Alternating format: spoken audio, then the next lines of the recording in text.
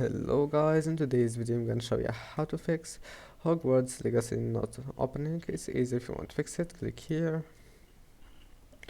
and now type here game mode. Turn on this option and then go to graphics settings and make sure to enable this option here and then close it.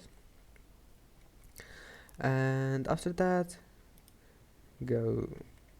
just type here security settings, Windows security, and once you're here go to